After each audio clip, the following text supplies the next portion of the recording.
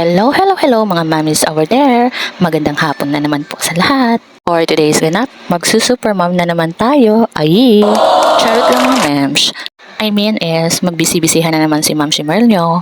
So for today's video pala is, nagtatahi na naman ako ng isang set of curtains dito sa bahay. Para bago sumalubong ang bagong taon, panibagong kulay na naman ang makikita natin na nakasabit dito sa ating mga pintuan at mga bintana. And while nagtatahi tayo, obvious naman na nakatulog na ang aking chikiting. And at the same time, nagtitinda din tayo. So, ito na yung ganap ko sa buhay nung hindi na ako naging empleyado. Yung sobrang busy mo na as a mom. Siyempre, tagabantay ka na ng mga bata, tagalinis ng bahay, tagaluto, tagalaba, at iba pang mga trabahong bahay.